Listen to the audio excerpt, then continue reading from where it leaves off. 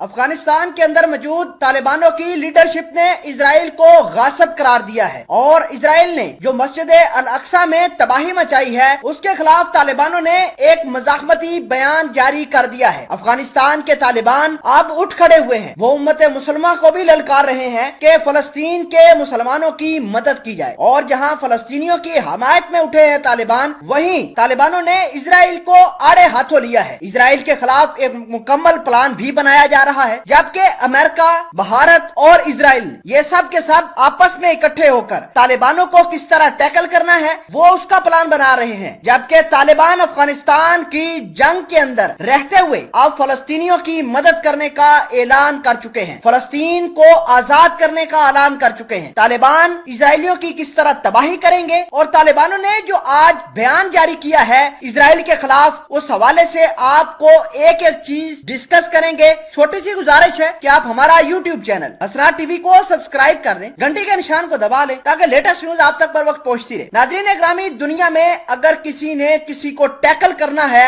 या कुछ सबक हासिल करने हैं कि लड़ाई कैसे लड़ी जाती है तो वो अफगानिस्तान के तालिबानों को देख ले, क्योंकि अफगानिस्तान के तालिबानों ने सुपर पावर को लाकर जमीन पर खड़ा कर दिया है। तालिबानों ने जो अमेरिका का हाल किया है वो सारी दुनिया के सामने है। अफगानिस्तान के अंदर तालिबानों ने अमेरिका को झंझोड़ के रख दिया है। अमेरिका एक तरफ, लेकिन अब बारी है इजराइल की, क्योंकि तालिबानों ने जो फैसला कर लेते हैं वो उस पर कायम रहते हैं। तालिबान ये कहते हैं कि इजराइल के खिलाफ हम जिहाद का ऐलान करते हैं। जो मस्जिद अल अक्सा के मुसलमानों को नुकसान पहुंचा रही है इजराइल की फौज, उसके खिलाफ उम्मत मुसलमान उठ खड़ी हुई। इसके अलावा तालिबानों ने इजरायली फौज को दुनिया की बदतरीन फौज करार दिया है और साथ साथ इजराइल की हुकूमत को गासिब, सुहूनी फौज और दहशतगर्द करार दे दिया है। नाज़रीन ग्रामी, तालिबानों ने अपने जारी करदा बयान के अंदर ये कहा है कि उम्मत मुसलमान उठ खड़ी हो और वो अपने हाथ की मदद से फलस्तीनियों की मदद करे और इजराइल को मुसलमान अपने हाथ की मदद से रोकें। हाथ से क्या मुराद है तालिबानों का?